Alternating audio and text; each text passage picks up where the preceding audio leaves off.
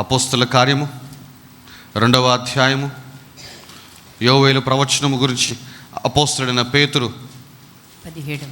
2వ అధ్యాయము 17 నుంచి చదవనమ్మా. అంత్యదినముల యందు నేను మనుష్యులు అందరి మీద నా ఆత్మను కుమ్మరించెదను. మీ కుమారులను మీ కుమార్తెలను ప్రవచించెదరు. చూసారు ఏంటంటే మీ కుమారులు మీ కుమార్తెలు ప్రవచించెదరు. అంటే ఎట్లా ప్రవచిస్తారు?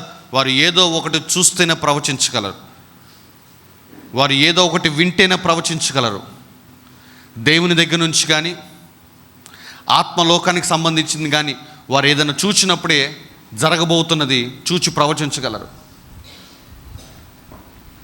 I believe and I pray, నేను నమ్ముతున్నాను, నేను ప్రార్థన చేస్తున్నానమ్మా మన సంఘ బిడ్డలందరి కోసం. మీరందరూ భవిష్యత్తుని చూచే ప్రవక్తలుగా ప్రవక్తిలుగా మార్చబడును గాక. హల్లెలూయా. Come on.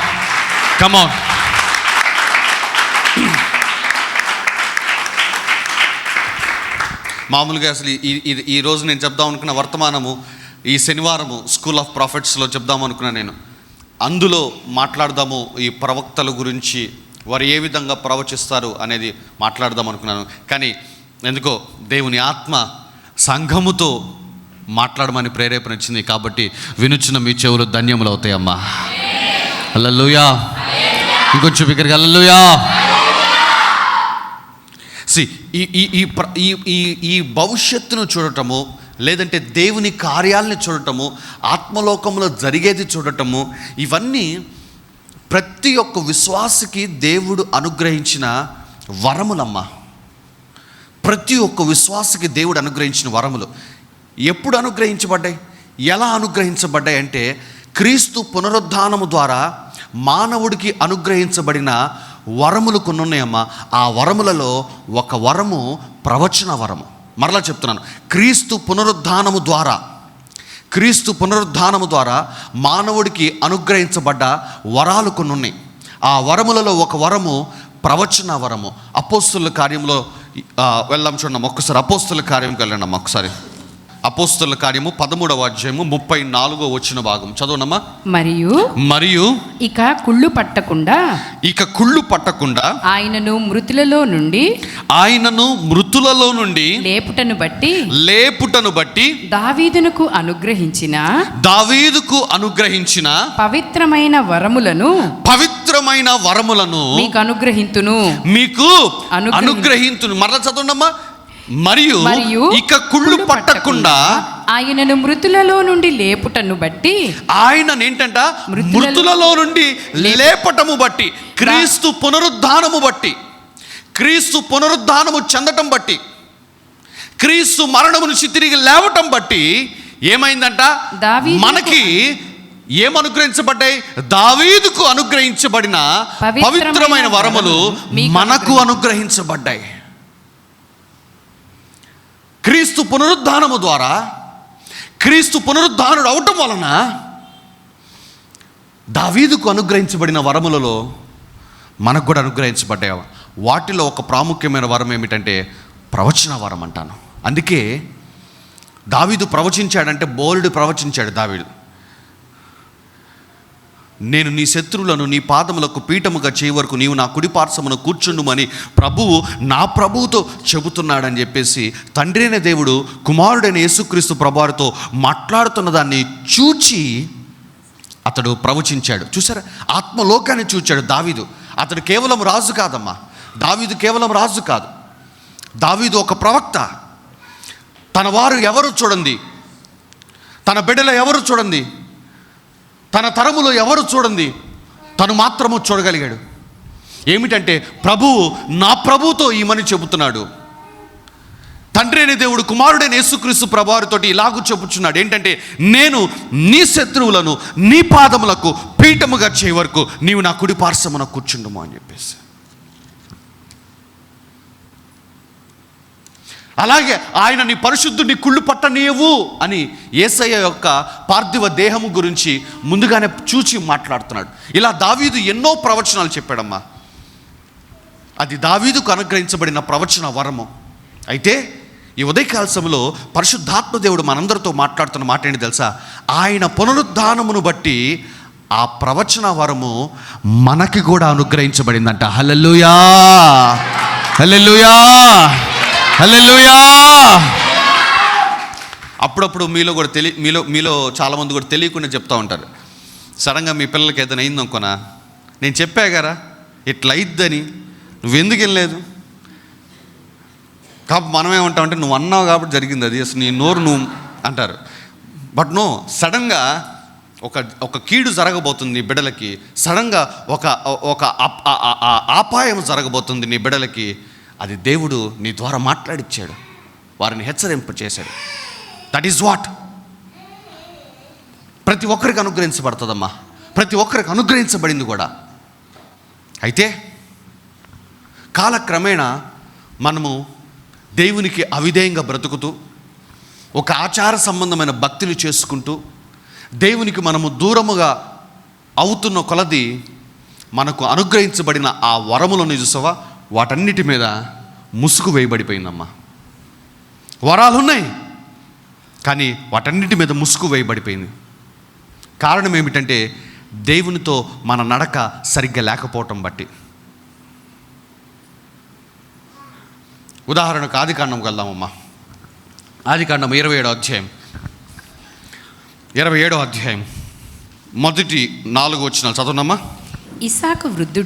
ఇస్సాకు వృద్ధుడై అతని కన్నులకు మందదృష్టి కలిగినప్పుడు అతడు తన పెద్ద కుమారుడైన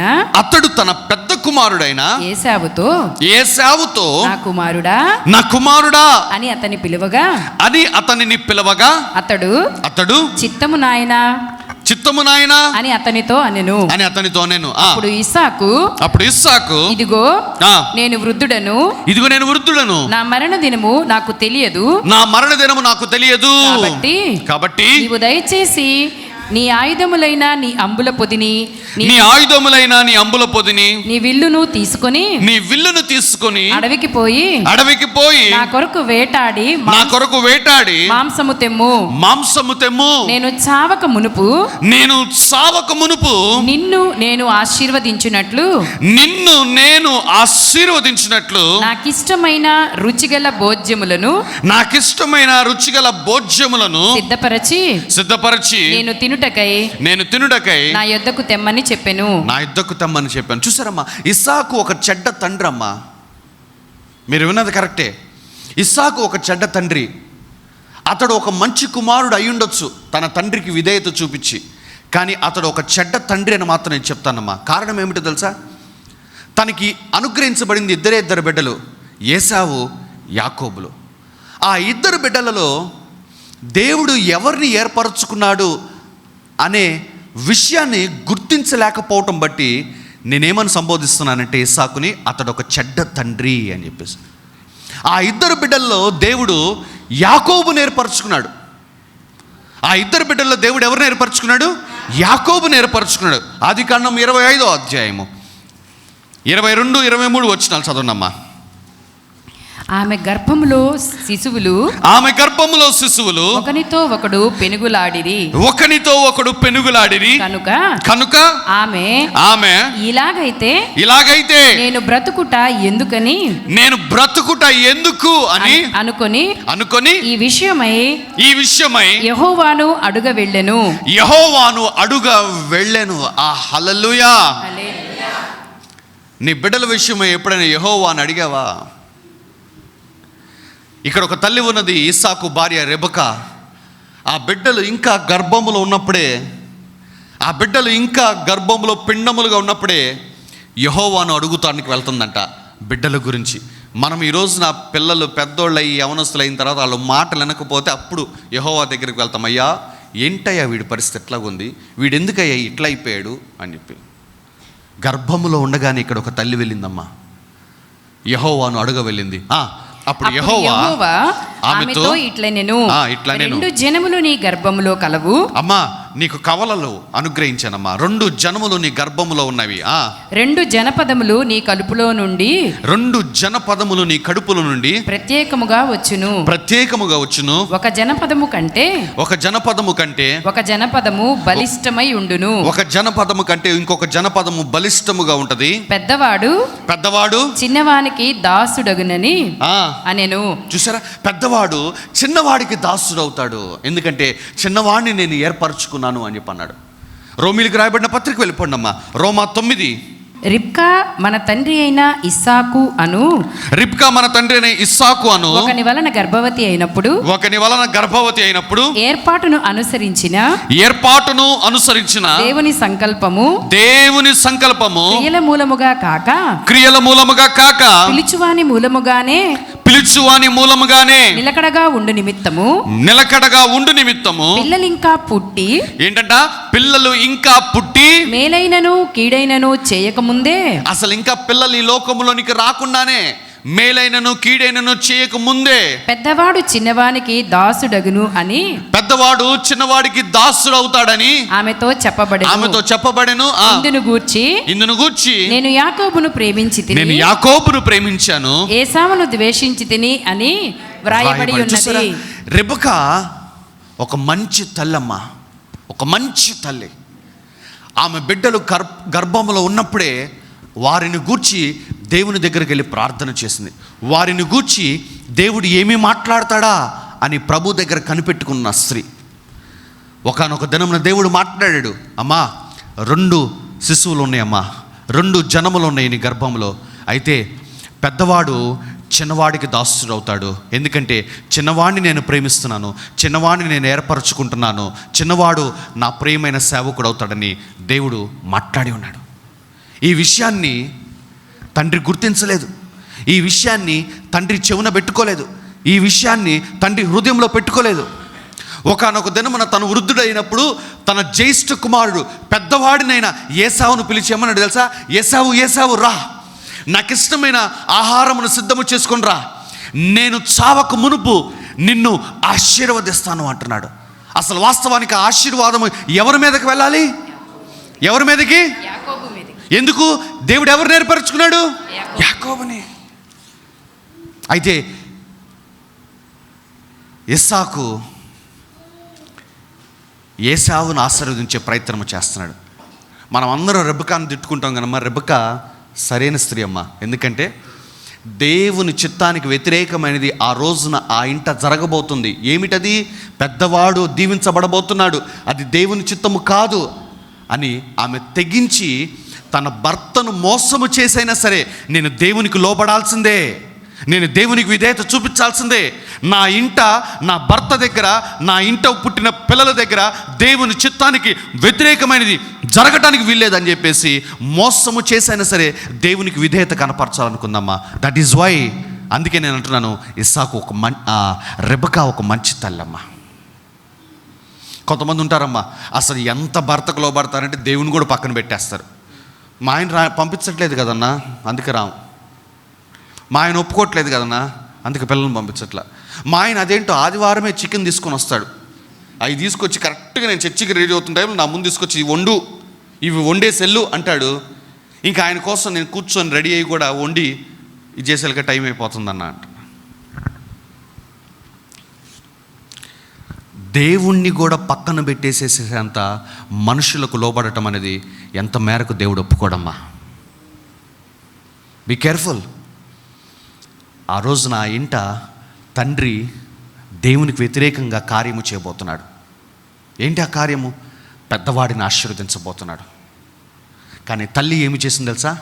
మోసము చేసైనా సరే ఆ రోజున కుమారుడు అన్నాడు, అమ్మా నా తండ్రికి గనక నేను చేస్తున్న మోసం తెలిస్తే నా మీదకి శాపం వస్తుందంటే, కుమారుడా భయపడమాక, ఆ శాపం నా మీద వస్తుంది, కానీ నువ్వు మాత్రము ఖచ్చితంగా వెళ్ళి ఆ దీవెన పొందుకోవాల్సిందే, ఎందుకంటే దేవుడు నిన్ను ఏర్పరచుకున్నాడు.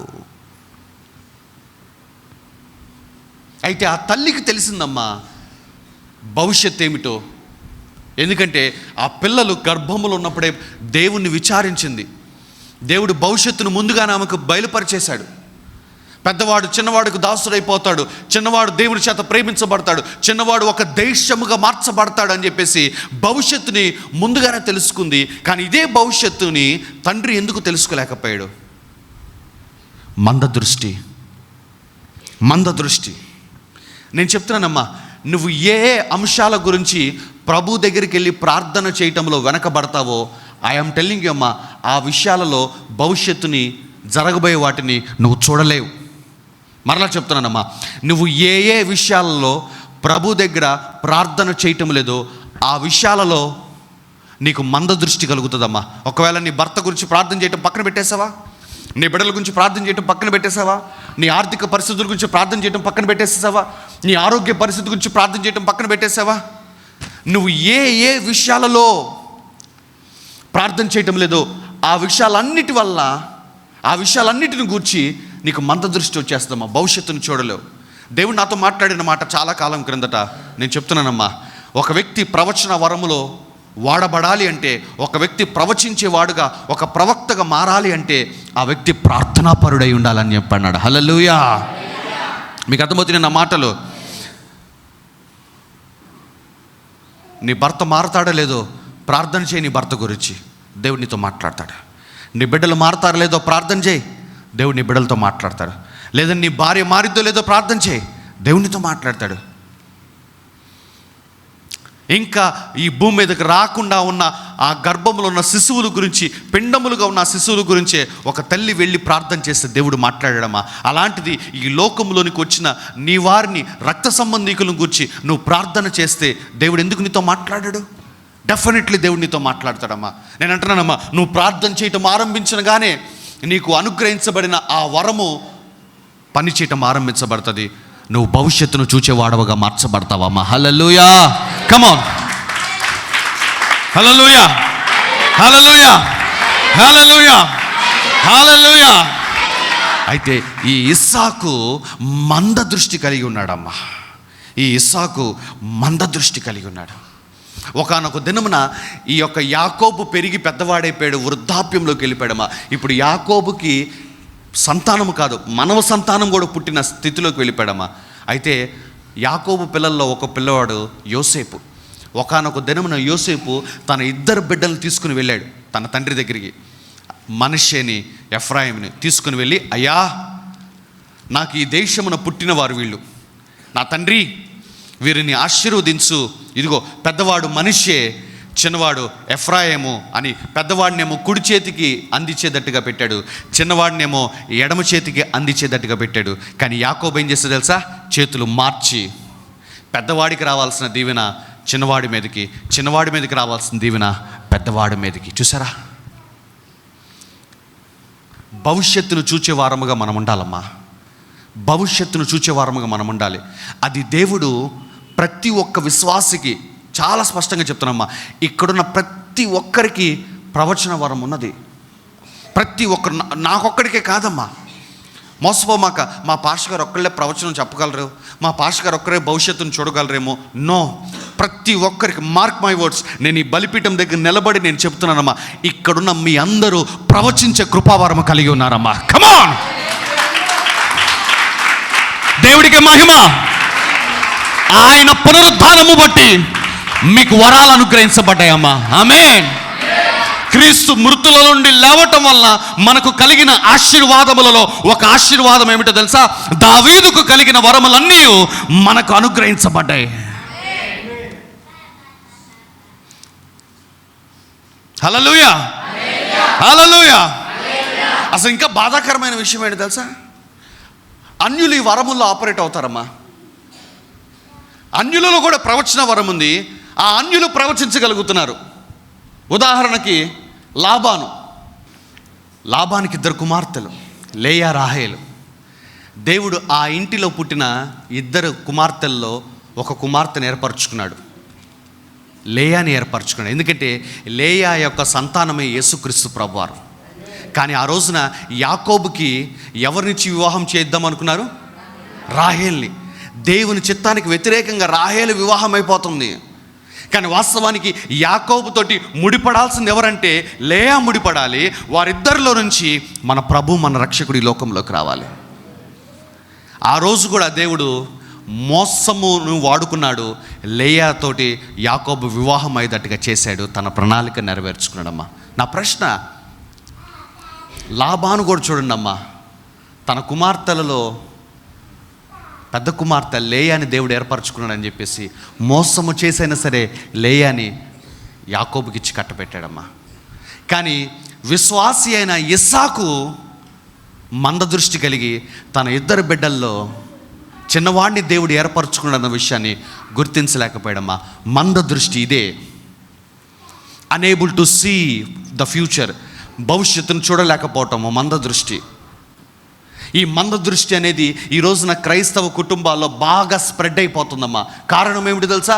అంత్య దినముల్లో భక్తి చల్లారిపోవటం బట్టి వీరు భవిష్యత్తును చూడలేకపోతున్నారు, వీరు కలలు కనేవారుగా ఉండలేకపోతున్నారు, వీరు ప్రవచించేవారుగా ఉండలేకపోతున్నారు, వీరు దర్శనములు చూసేవారుగా ఉండలేకపోతున్నారు. ఎందుకు అంటే వీరు దేవుని యొద్దకు విచారించే వారుగా లేరు. ఆచారముగా మందిరానికి వస్తున్నారు, ఆచారముగా మందిరంలో కూర్చుంటున్నారు, ఆచారముగా భక్తిని చేస్తున్నారమ్మా.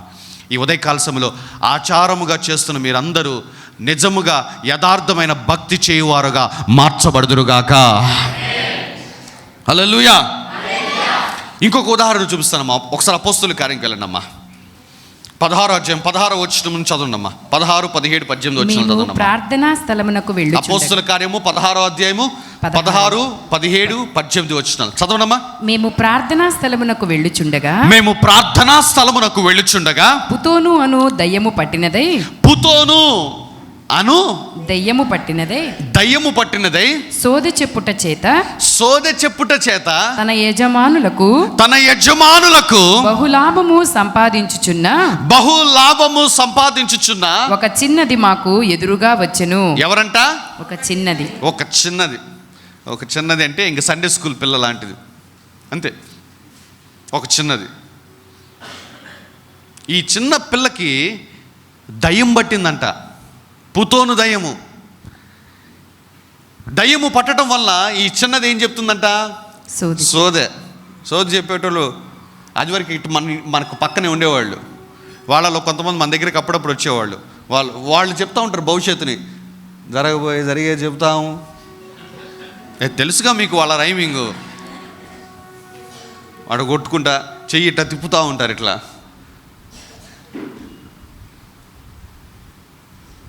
ఒక దయ్యము పట్టిన ఒక చిన్నది కూడా సోదె చెప్పి భవిష్యత్తును గూర్చి మాట్లాడుతూ తన యజమానులకు బహులాభము సంపాదించుచున్నదమ్మా.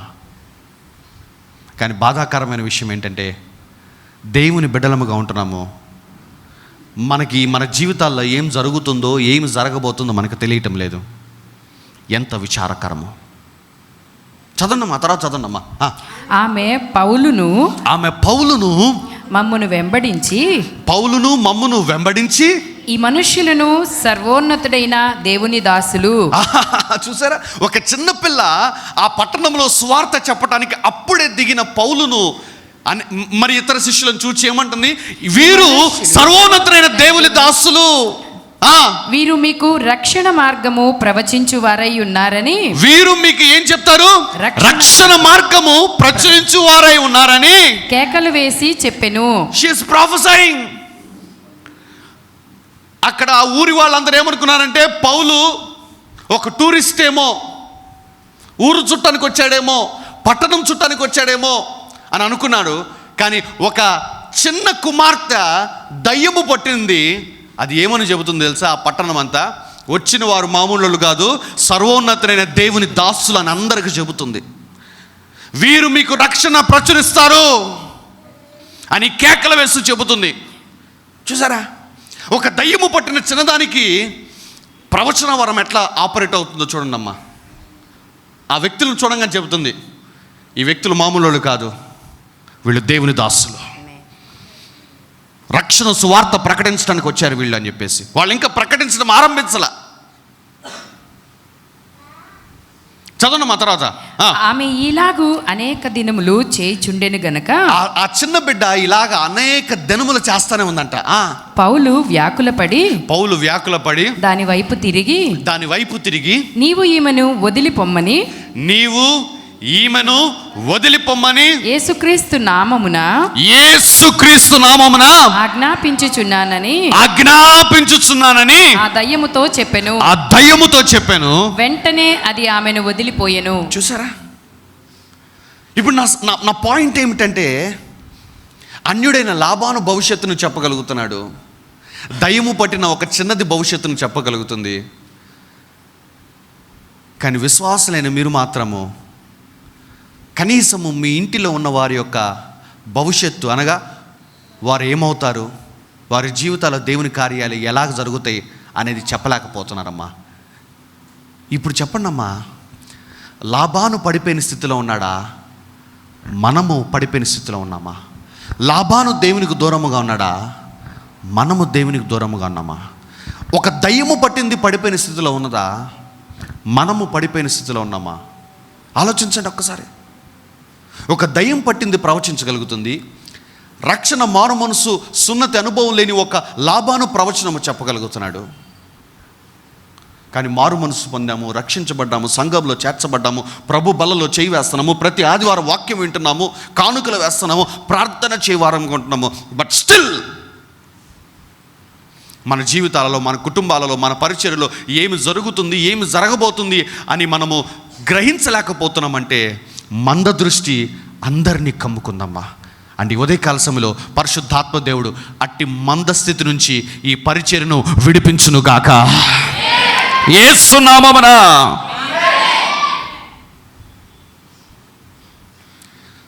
ఈ పరిచర్య నుంచి ప్రవక్తలు లేవనెత్తబడుదురుగాక, ఈ పరిచర్య నుంచి ప్రవక్తలు లేవనెత్తబడుదురుగాక, ఈ పరిచర్య నుంచి కళలు, దర్శనములు ప్రవచించువారు లేవనెత్తబడుదురుగాక. కమ్ ఆన్, దేవుడికే మహిమ, దేవుడికే మహిమ. To God be the glory. అందరు నాతో పాటు చెప్పండి, దేవా ఈ రోజు నుంచి నేను ప్రవచించు వ్యక్తి వలె మార్చబడుదును గాక.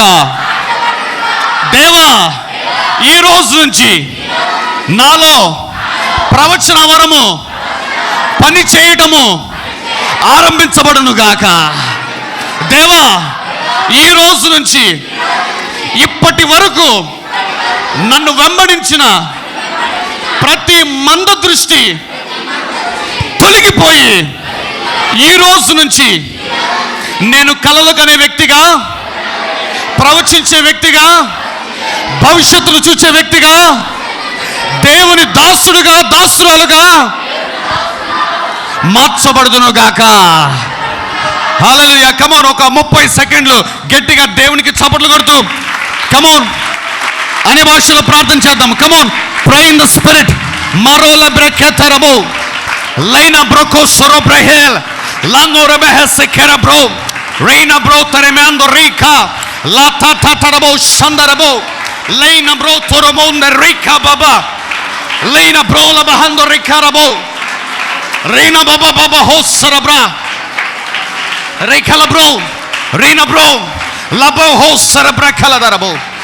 లార్డ్ లార్డ్ లార్డ్, ప్రతి బిడ్డ మనోనేత్రములు తెరవబడును గాక, ప్రతి బిడ్డ ప్రవచించువారుగా మార్చబడుదురు గాక, ప్రతి బిడ్డ దర్శనములు చూసేవారుగా మార్చబడుదురు గాక, ప్రతి బిడ్డ కళలు చూసేవారుగా మార్చబడుదురు గాక.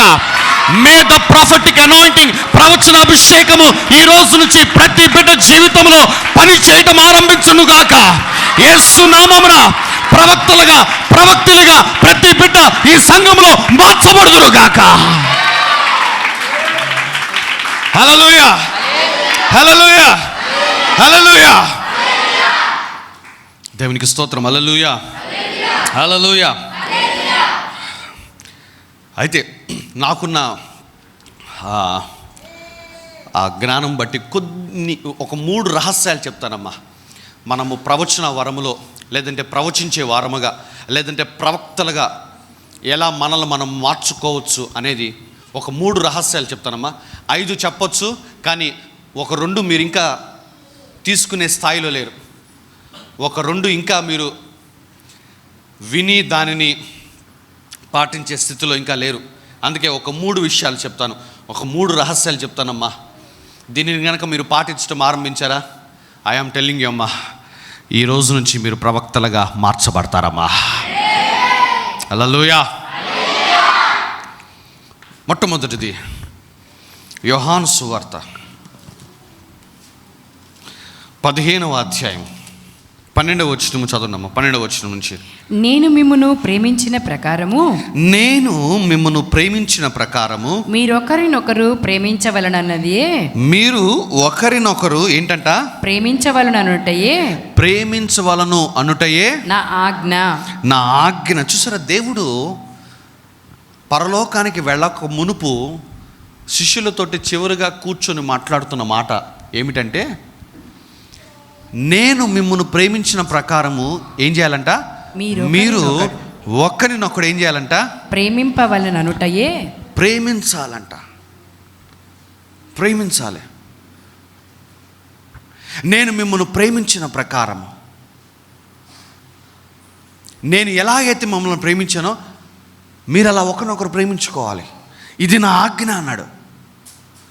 ఎందుకు అంత ఖచ్చితంగా చెప్తున్నాడు? మళ్ళీ ఏం కండిషన్ అంటున్నాడంటే, నేను ఎలాగైతే ప్రేమించానో అలాగే మీరు ప్రేమించాలా అంటున్నాడు. మీకు నచ్చినట్టు కాదు, మీకు తోచినట్టు కాదు.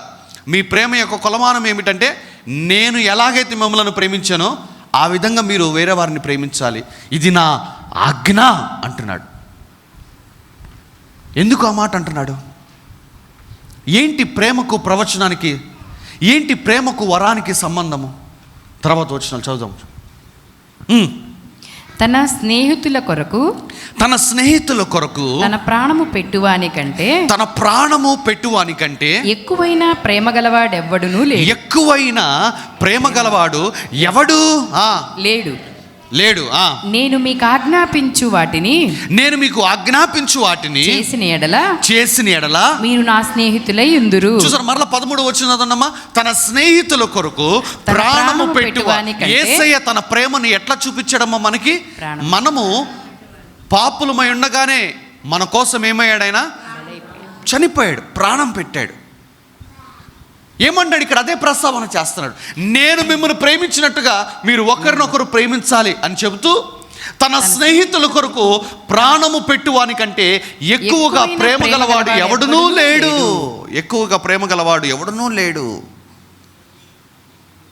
ఏమన్నాడంటే యేసయ్య, నేను మిమ్మల్ని ప్రేమించినట్టు మీరు ఒకరినొకరు ప్రేమించాలరా అన్నాడు. అందరూ అంటారు ఆమేన్, మీకులాగా అని ఉంటారు, హల్లెలూయా అని ఉంటారు మీకులాగా. వెంటనే యేసయ్య ఏమన్నాడు తెలుసా? రుకో జరా అన్నాడు. ఏంటంటే తర్వాత సబర్ కరో, రుకో జరా అన్నాడు. నేను మిమ్మల్ని ప్రేమించినట్టుగా అనగానే కొంతమందికి అర్థమైంది, ఎలక్కాయ పడింది కొంతమందికి, ఇంకొంతమందికి ఇంకా ఎక్కల, మీలో చాలామందికి ఇంకా ఎక్కల. అలాంటి వారి కోసం చెప్తున్నాడు. దేవుడు ఏమన్నాడంటే, తన స్నేహితుల కొరకు ప్రాణము పెట్టువానికంటే ఎక్కువగా ప్రేమింపగలవాడు ఎవడు లేడు. నేను మీ కొరకు ప్రాణం పెడుతున్నాను అన్నాడు. అంటే మనము మన పొరుగు వారిని ఎలా ప్రేమించాలంటే, అవసరమైతే వారి కొరకు మన ప్రాణాన్ని ధారపోసేంత ప్రేమ మనం కలిగి ఉండాలమ్మా. ఇది చాలా కష్టమైందమ్మా. ఎందుకు సేవకులు మాత్రమే ప్రవచనము చెప్పగలుగుతున్నారు తెలుసా? ఎందుకు? అది కూడా సేవకులు అందరూ కూడా కాదు, కొంతమంది మాత్రమే ఎందుకు ప్రవచనము చెప్పగలుగుతున్నారు తెలుసా? ఆ కొంతమంది అవసరమైతే సంఘము కోసము ప్రాణత్యాగం చేయడానికైనా సిద్ధపడతా ఉంటారు, సంఘము కోసము నలగగొట్టుకోవడానికి సిద్ధపడతా ఉంటారు, సంఘము కోసము ఏదైనా పర్లేదయ్యా, సంఘము దీవించబడితే చాలయ్యా అని అటువంటి ప్రేమను సంఘం మీద కనపరుస్తూ ఉంటారు. కాబట్టే వారు చెప్పగలుగుతున్నారు ప్రవచనం. నేను అంటున్నానమ్మా, ప్రవచనము అనేది నువ్వు చెప్పటం ఆరంభించబడాలంటే ఏదో నేను తల మీద చేయబెట్టి ప్రార్థన చేసి పో ఈ రోజు నుంచి నువ్వు ప్రవచనం చెప్పగలుగుతా ఉంటావు. నో, నీలో ఉన్న వరము నీలో పని చేయాలి అంటే నువ్వు ప్రేమించేవాడుగా ఉండాలి. ఎంత ప్రేమించేవాడుగా ఉండాలంటే, యేసయ్య మనల్ని ఎంత ప్రేమించాడో నువ్వు నీ పొరుగు వారిని అంత ప్రేమించేవాడుగా ఉండాలి. చదవండమ్మా. తర్వాత నేను చదవండి. మీకు ఆజ్ఞాపించు వాటిని చేసిన ఎడల. ఏం ఆజ్ఞాపించాడు? నిన్ను వలే నేను నిన్ను ప్రేమించినట్టుగా మీరు మీ పొరుగు వారిని ప్రేమించాలి. ఇది ఆయన ఆజ్ఞాపించింది.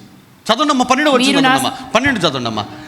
నేను మిమ్మల్ని ప్రేమించిన ప్రకారం మీరు ఒకరినొకడు ప్రేమింపవలను, ఇదే నా ఆజ్ఞ. ఇప్పుడు 14 చదవండమ్మా. నేను మీకు ఆజ్ఞాపించు వాటిని చేసిన ఎడల. సో ఇప్పుడు అర్థమైందా దేవుడు ఏం ఆజ్ఞాపించాడమ్మా? ప్రేమించిన. ఏం ఆజ్ఞాపించాడు? ఒకరికొకడు ఎలా ప్రేమించాలా? ఆయన మనల్ని ప్రేమించాడు. యేసయ్య మనలను ప్రేమించినట్టుగా ప్రేమించాలా. అందరు చెప్పట్లా ఆ మాట. చూసారు, కొద్ది కష్టంగా ఉంది. మామూలుగా ఉండదు ఆ ప్రేమ. వరం కావాలన్నా, మీకు ప్రవచించాలన్నా మీకు లోగా అంటే ఎట్టా మరి? ఇట్టనే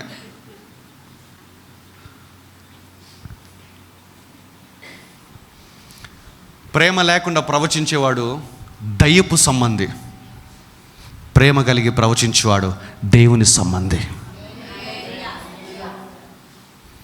నేను మీకు ఆజ్ఞాపించి వాటిని చేసిన ఎడల మీరు నా స్నేహితులే ఉందురు. చూసారా, మీరు ఏమవుతారంట అంటే, మీరు నేను మిమ్మల్ని ప్రేమించినట్టుగా మీరు వేరే వారిని ఆ విధంగా ప్రేమిస్తే మీరు ఈ రోజు నుంచి నా శిష్యులుగా ఉండరా, ఈ రోజు నుంచి మీరు నా దాసులుగా ఉండరు, ఈ రోజు నుంచి మీరు ఒక స్థాయిలోనికి వెళ్తారు. ఏంటా స్థాయి అంటే స్నేహితులు అన్న స్థాయిలోనికి వెళ్తారన్నాడు. దీనివల్ల ఏంటి ఉపయోగము? నెక్స్ట్ వచ్చింది చదవమ్మా. దాసుడు తన యజమానుడు చేయు దానిని ఎరుగడు. దాసుడు అనేవాడు అనగా స్నేహితుడు కాకుండా దాసుడు అనేవాడు యజమానుడు చేసే దాన్ని ఏంటంట? ఎరుగడు, ప్రవచించలేడు. ఇంకొక మాటలో చెప్పాలంటే ఎరగడు వాడు. కనుక ఇక మిమ్మల్ని దాసులని పిలవను, స్నేహితులని. ఏమని పిలుస్తాను? స్నేహితులని పిలుచుచున్నాను. స్నేహితులని పిలుస్తాను. అర్థమైంది ఇప్పుడు మీకు?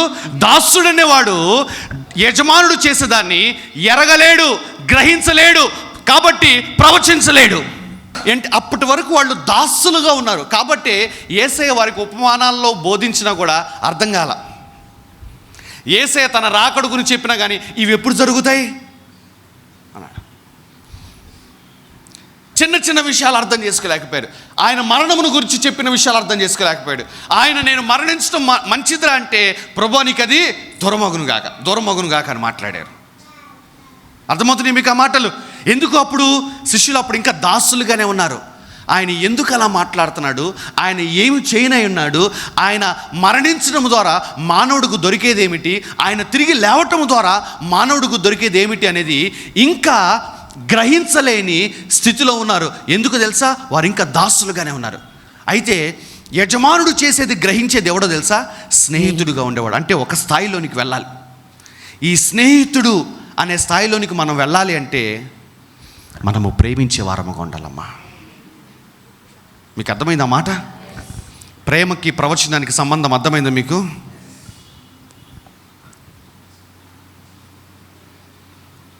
అందుకే అందరి సేవకులు ప్రవచించలేరు.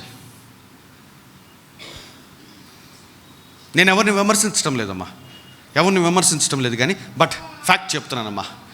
ఎవరైతే యేసయ్య ప్రేమించినట్టు వారు పొరుగు వారిని ప్రేమించేవారుగా ఉంటారో వారు యేసయ్య స్నేహితులు. కాబట్టి వారు యజమానుడు చేసేది సమస్తము ఎరిగి ఉండేవారుగా ఉంటారమ్మా. హల్లెలూయా, హల్లెలూయా, హల్లెలూయా. యేసయ్య ఏమన్నాడు సార్? ఇప్పటి వరకు నేనున్నాను కాబట్టి సరిపోయింది, ఇప్పుడు నేను వెళ్ళిపోబోతున్నాను. మీరు దాసులుగానే ఉంటే సరిపోరు. మీరు దాసులుగా ఉంటే ఈ లోకంలో మీరు కుదరదు. మీరు తండ్రి చేసేది ఎరిగి ఉండాలా, కుమారుడు చేస్తుంది ఎరిగి ఉండాలా. అలా మీరు ఎరిగి ఉండాలి అంటే, అలా మీరు గ్రహించే స్థితిలో ఉండాలి అంటే, అలా మీరు ప్రవచించే ఆ స్థాయిలోనికి వెళ్ళాలి అంటే మీకు ఒక రహస్యం చెప్తాను. 40 రోజులు ఉపవాసం ఉన్నాను అల్లా దేవుడు.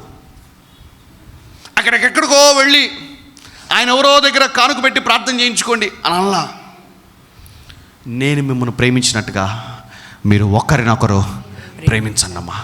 అలా మీరు ప్రేమిస్తే మీరు దాసులుగా ఉన్న మీరు స్నేహితులుగా మార్చబడతారు.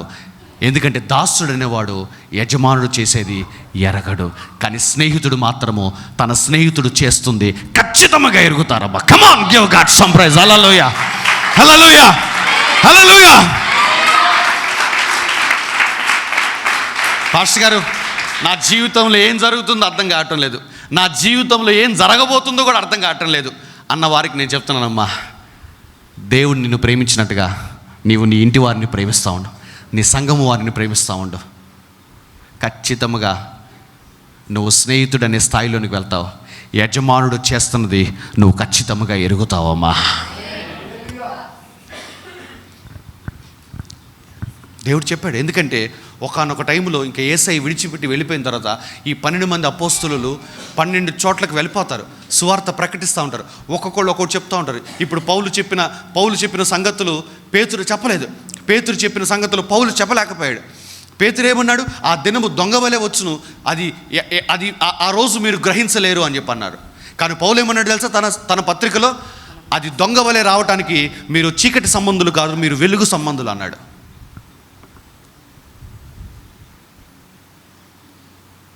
ఇప్పుడు ఇట్లాంటి ఒక విభిన్నమైన విషయాలు ఒకళ్ళు పంచుకోబోతున్నారు.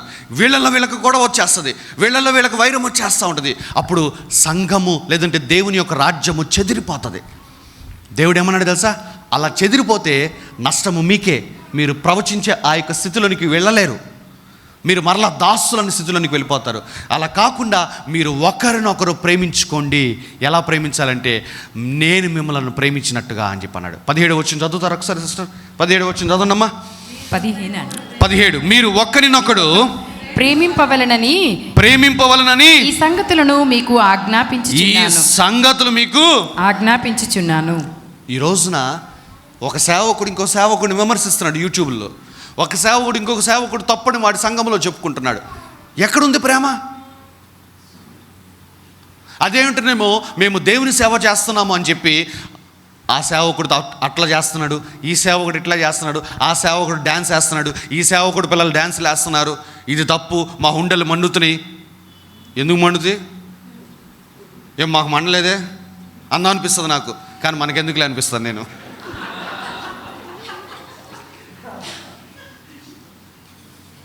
చరిత్రలో ఒక ఆయన ఉన్నాడు, నెల్సన్ మండేలా అని చెప్పేసి. కానీ క్రైస్తవులందరూ గుండెలు మండేలా అన్నట్టు ఉంటాయి.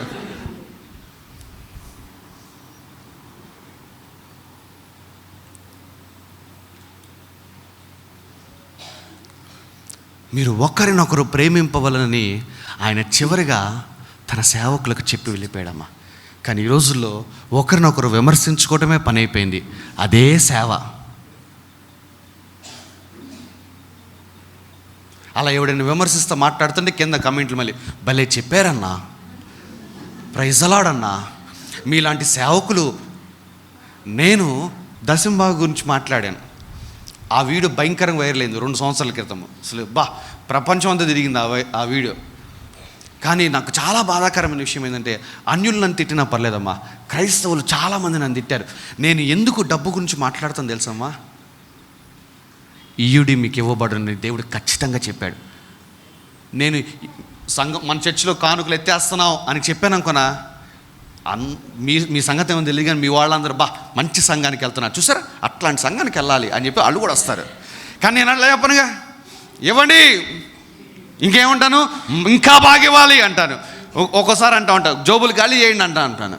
అనగానే అసలు అట్ట మాట అంటాడు పాస్టర్ గారు కన్నంతా మా జీతాల మీదే.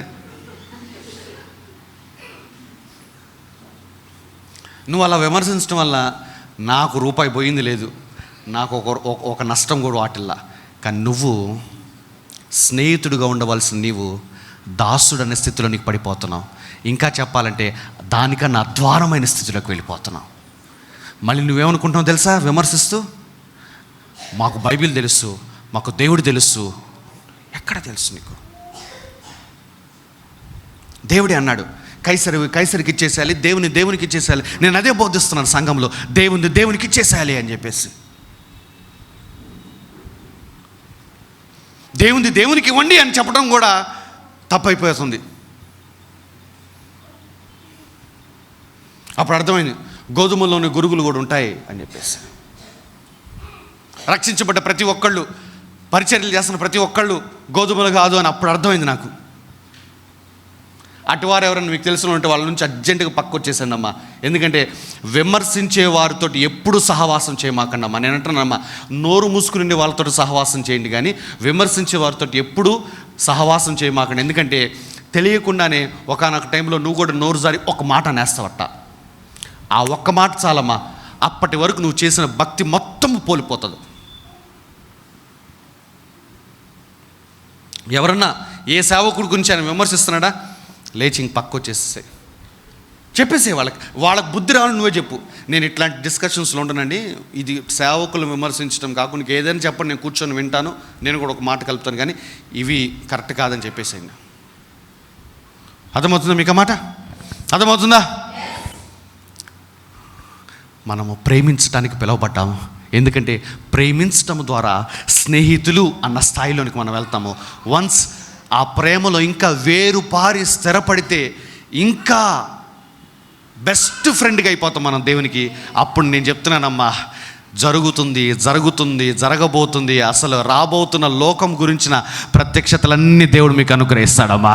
Come on, hallelujah, hallelujah, hallelujah. So మొట్టమొదటిది, నువ్వు ప్రవచించే ఆ యొక్క వరములో పని చేయాలి అంటే, ఆ వరము నీలో పనిచేయటం ఆరంభించబడాలంటే నీకు ఉండాల్సిన మూల స్తంభము, పునాది ఏమిటో తెలుసా? నువ్వు ప్రేమించేవాడవుగా ఉండాలమ్మా. ఇప్పుడు అర్థమైందా ఎందుకు చాలామంది సేవకులు ప్రవచించరు అని చెప్పేసి? ఎందుకంటే ఏ ప్రేమ చల్లారిపోతే వరములు చల్లారిపోతాయి. అందుకే దేవుడు అన్నాడు, ఏమన్నాడు తెలుసా? కొరింథీయులకు రాయబడిన మొదటి పత్రిక 14వ అధ్యాయం మొట్టమొదటి వచనంలో ఉన్నది, ప్రేమ కలిగి ఉండుటకు ప్రయాసపడండి. చదవండి ఒకసారి ఆ మాట. ప్రేమ కలిగి ఉండుటకు కొరింథీయులకు రాయబడిన మొదటి పత్రిక 14వ అధ్యాయము మొట్టమొదటి వచనం చదవండమ్మా. ప్రేమ కలిగి ఉండుటకు ప్రయాసపడు. ప్రేమ కలిగి ఉండుటకు ప్రయాసపడండి. ఆత్మ సంబంధమైన వరములను ఆసక్తితో అపేక్షించండి. విశేషముగా మీరు ప్రవచన వరము ఆపేక్షించుడి. ప్రవచన వరము గురించి చెప్పటానికి ముందు ఏమన్నాడంటే, ప్రేమ కలిగి ఉండుటకు ప్రయాసపడండి. అప్పుడు నువ్వు వరాల్లోటి వాడబడతావు. మరి ముఖ్యంగా ప్రవచన వరము. ఎందుకంటే ప్రేమ లేకుండా మనము ప్రవచించలేము. మరలా చెప్తున్నానమ్మా, పక్కన చూసి చెప్పండి అమ్మా, ప్రేమ లేకుండా ప్రవచన వరం పనిచేయదని చెప్పండి అమ్మా. అలా పని చేస్తే వారు అపవాది సంబంధం చెప్పేసేయండి అమ్మా. ఎందుకంటే ఆ సో చెప్పింది కదా, వీరు సర్వోన్నతమైన దేవుని కుమారులు అని చెప్పేసి. సో నెంబర్ 1 లవ్ ఉండాలి. నెంబర్ 2 ఉపవాసం అనేది ఒక జీవన శైలిగా పెట్టేసుకోవాలమ్మా. ఉపవాసం అనేది అపోస్తుల కార్యం, ఇదే అపోస్తుల కార్యం దగ్గరికి వెళ్దామమ్మా. 9వ అధ్యాయంకి వెళ్ళిపోండి అమ్మా.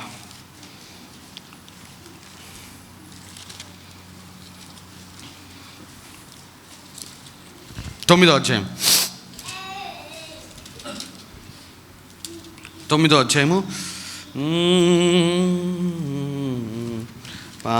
నేను ఇంకా యోహాను సువార్తలో ఉన్నాను.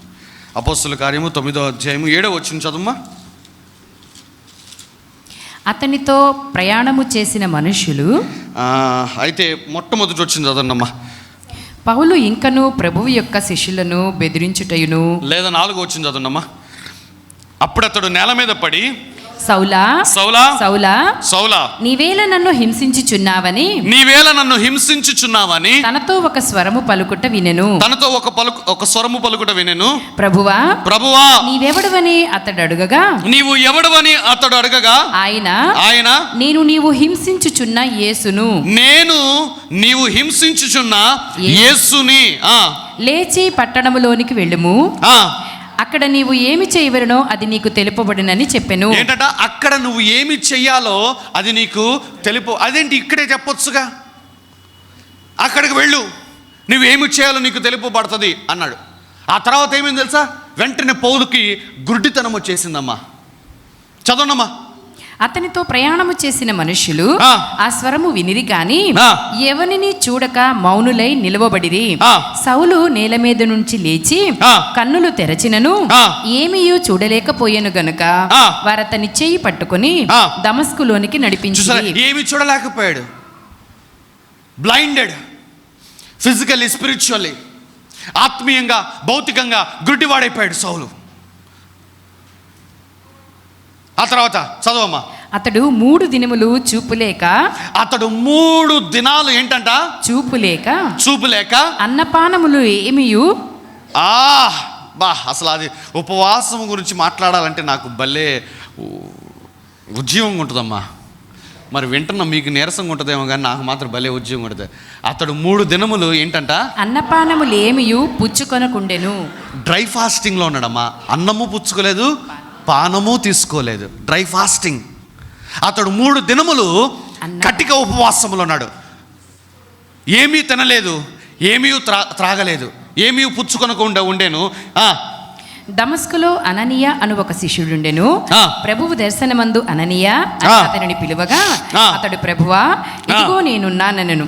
అందుకు ప్రభువు, నీవు లేచి తిన్నని దనబడిన వీధికి వెళ్ళి యూదా అనువారి ఇంట తార్సువాడైన సౌలు అనువారి కొరకు విచారించుము. ఇదిగో అతడు ప్రార్థన చేయుచున్నాడు. ఇదిగో అతడు ఏంటంట, ప్రార్థన చేయుచున్నాడు. 3 దినములు అన్నము పానము తీసుకోకుండా సౌలు ఏం చేస్తున్నాడంట, ప్రార్థన చేస్తున్నాడు. అయ్యా అక్కడికి వెళ్ళు, నీవేమి చేయాలో నీకు బోధిస్తానన్నావు కదయ్యా, ఇదిగో నీ దాసుడు ఇక్కడ ఉన్నాడయ్యా, గుడ్డివాడనై ఉన్నానయ్యా, కానీ నువ్వు ఏమి చేయాలో చెప్తాను అన్నావు కదయ్యా, ఇదిగో ప్రార్థన చేస్తున్నానయ్యా, ఉపవాసం ఉంటున్నానయ్యా, ఇదిగో నాకు భోజనం కూడా ముఖ్యం కాదయ్యా, నేనేమి చేయాలో నాకు చెప్పు, ఇదిగో కనీసము నాకు నీళ్లు త్రాగటం కూడా ముఖ్యం కాదయ్యా, నేనేమి చేయాలో నాకు చెప్పయ్యా అని చెప్పేసి కటిక ఉపవాసం ఉండి ప్రార్థన చేస్తున్నాడమ్మా. ఇదిగో అతడు ప్రార్థన చేయుచుండెను. అతడు అననీయ అను ఒక మనుష్యుడు లోపలికి వచ్చి తాను దృష్టి పొందునట్లు తల మీద చేతులుంచుట చూచి ఉన్నాడని చెప్పెను. తల మీద చేతులుంచుట చూచి ఉన్నాడు. ఆల్రెడీ జరగబోతుంది చూస్తున్నాడమ్మా. ఎప్పుడు? While he was fasting. అతడు ఉపవాసం ఉండి ప్రార్థన చేస్తున్నప్పుడు అతడి యొక్క నేత్రములు తెరవబడ్డాయి. భవిష్యత్తులో అననీయ రాబోతున్నాడు, అతడు లోపలికి వస్తాడు, నేను దృష్టి పొందినట్లుగా అతడు తల మీద చేతులు ఉంచుతాడు అని ముందుగానే చూస్తున్నాడు. దీనినే ప్రవచన వరం అంటున్నా నేను. ఈ వ్యక్తి ప్రవచన వరములు ఎప్పుడు పనిచేయటం ఆరంభించాడు? 3 దినములు అన్నము పానము లేకుండా యెహోవాకు ప్రార్థించేవాడుగా ఉన్నాడు. అయ్యా నేనేమి చేయాలో నాకు తెలియపరుస్తున్నావు కదా, నాతో మాట్లాడయా అంటే దేవుడు ఏమని మాట్లాడుతున్నాడు తెలుసా? నువ్వేమి చేయాలో నీకు తర్వాత నేర్పిస్తాను, ముందు నీ జీవితంలో ఏమి జరగబోతుందో నీకు చూపిస్తాను. ఏమి జరగబోతుందంటే అననీయ అని ఒకడు వ్యక్తి రాబోతున్నాడు. అతడు లోపలికి వస్తాడు, అతడు నీ తల మీద చేయి పెడతాడు, నీవు దృష్టి పొందినట్లుగా అతడు చేతులు ఉంచి ప్రార్థన చేస్తాడు. This is what is going to happen in your life అంటున్నాడు దేవుడు. ఇదే నీ జీవితంలో జరగబోతుంది. పౌలు నిర్ఘాంతపోయి ఉంటాడు. నా భవిష్యత్తు నేను చూడగలుగుతున్నానా? నా జీవితంలో జరగబోతుంది నేను చూడగలుగుతున్నానా? ఇది ఎలా సాధ్యము అంటే, ఇదిగో నేను మాట్లాడుతున్నానమ్మా. ఉపవాసం ఉండి ప్రార్థించేవాడుగా ఏ వ్యక్తి ఉంటాడో ఆ వ్యక్తి భవిష్యత్తును చూచేవాడుగా ఉంటాడమ్మా.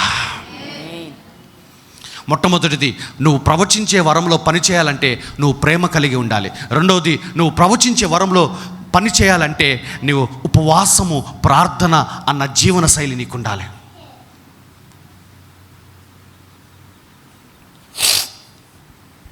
మూడవది,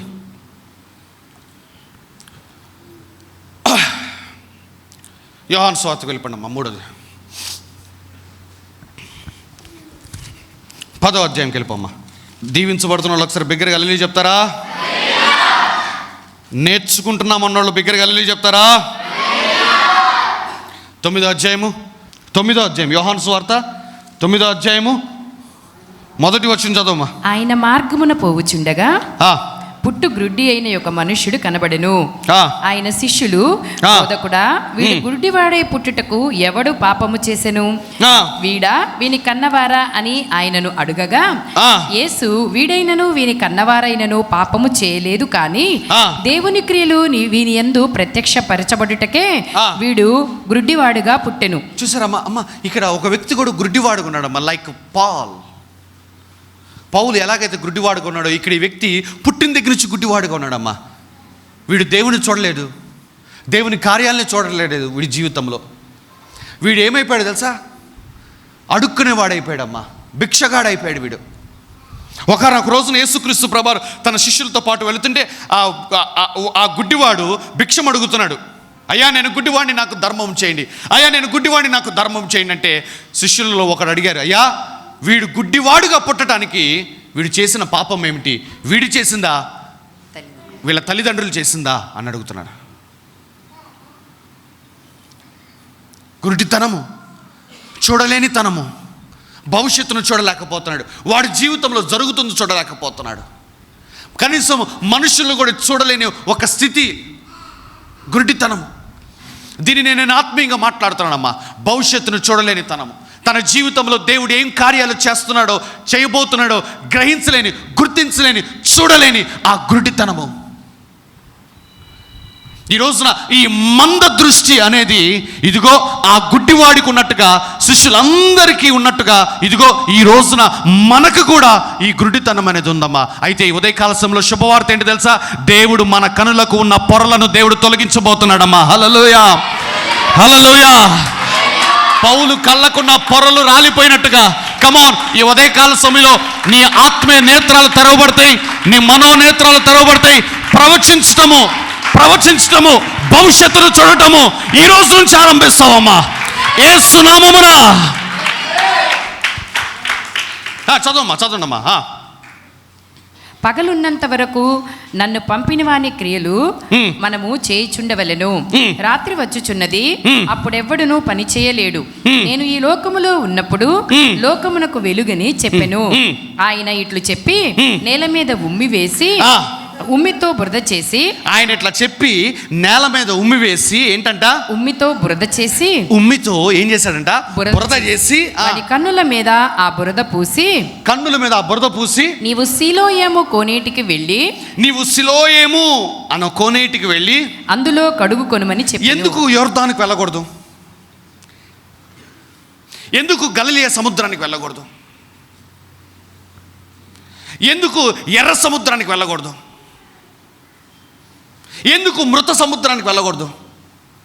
ఎందుకు సిలోయేము అన్న కోనేటికి వెళ్ళాలి?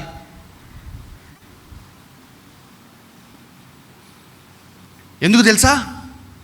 ఈ సిలోయేము కోనేటిని యూదులందరూ మూసేశారమ్మా.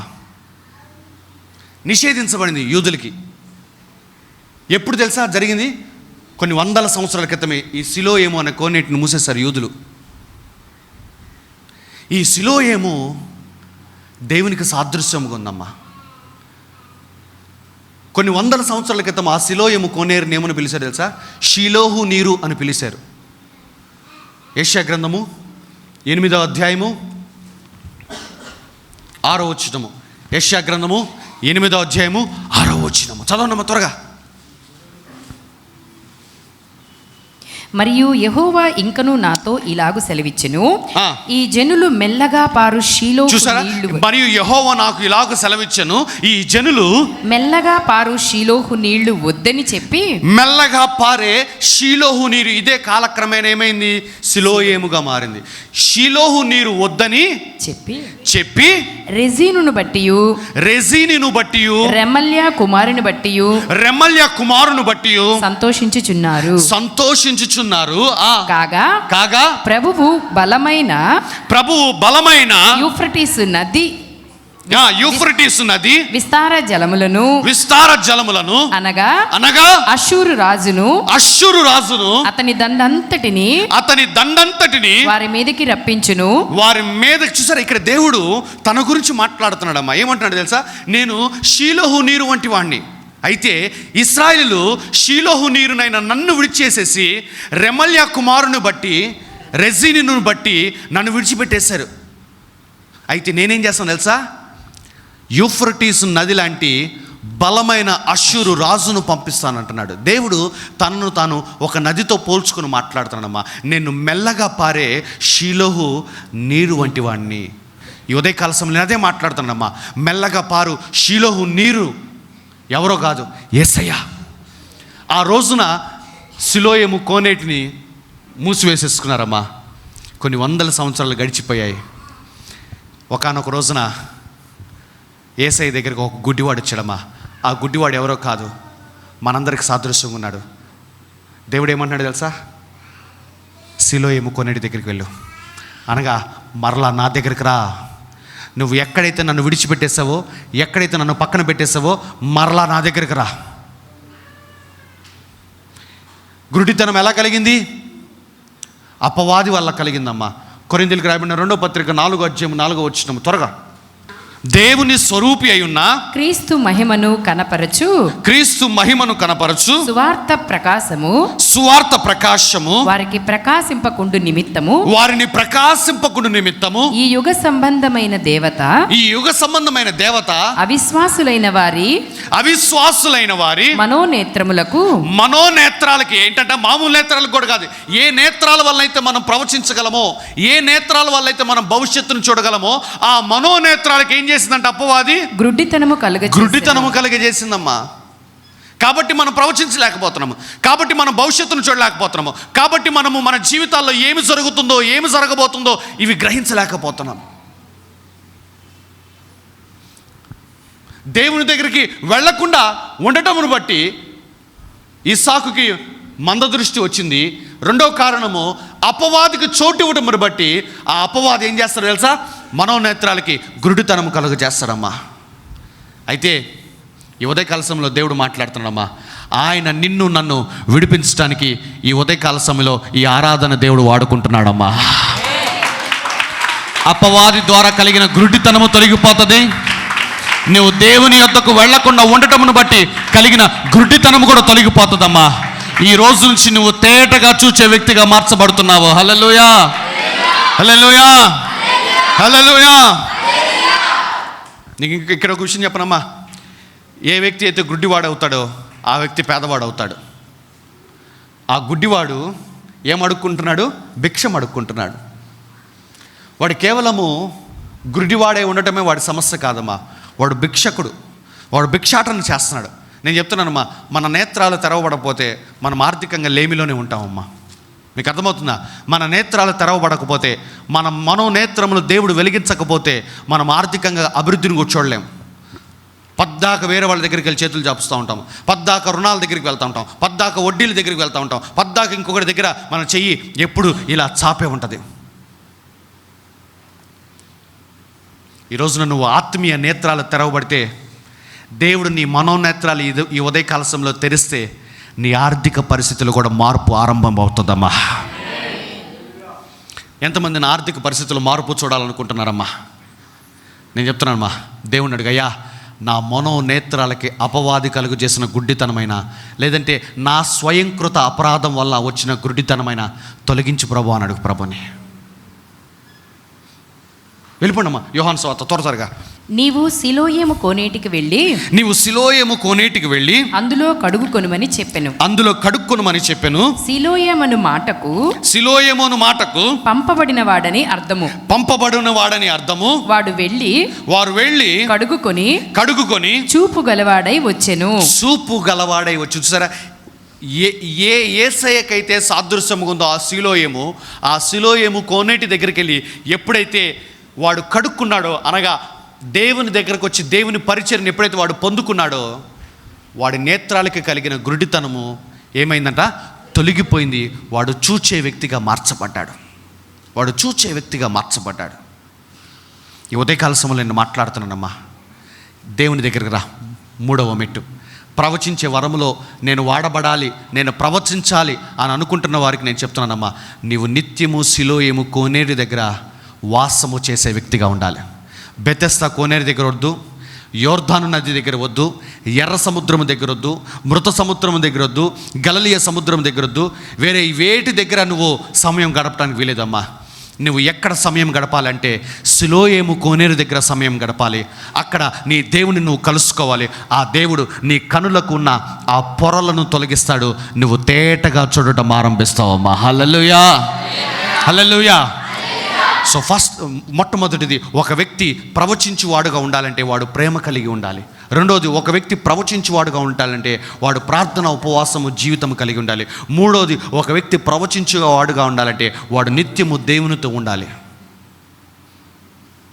ఈ 3 విషయాల్లో మనల్ని మనము గనక సరిచేసుకొని ఇదిగో అడుగులు వేస్తూ ఉంటే, నేను చెప్తున్నానమ్మా, నీ భవిష్యత్తు కాదు, యుగ సమాప్తిని కూడా నువ్వు చూచి చెప్పగలవమ్మా. హల్లెలూయా. రేపు పొద్దున టీవీలో రాబోతున్న న్యూస్ని కూడా నువ్వు నీ పిల్లలకి చెప్పగలవు. రేపు పొద్దున సాక్షి పేపర్లో, లేదంటే రేపు పొద్దున సాక్షి టీవీలో పలానాది రాబోతుందని చెప్పగలవు. నెక్స్ట్ రోజు పొద్దున్న నీ పిల్లలు పెడతారు, మై గాడ్ మమ్మీ నువ్వు చెప్పిందే వస్తుంది, డాడీ నువ్వు చెప్పిందే వస్తుంది. ఎలా చెప్పావు? అప్పుడు నీ బిడ్డలకు నువ్వు కూర్చోబెట్టి నీ దేవుని గురించి చెప్పొచ్చమ్మా. హల్లెలూయా, హల్లెలూయా, హల్లెలూయా. ఈ 3 విషయాలలో మనల్ని మనం సరి చేసుకున్నట్లయితే నేను చెప్తున్నానమ్మా, ఈ సంఘము విశ్వాసుల సంఘముగా ఉండదమ్మా, ఈ సంఘము ప్రవక్తల సంఘముగా మార్చబడుతుంది. కమాన్, లేచి నిలబడదాం. హల్లెలూయా.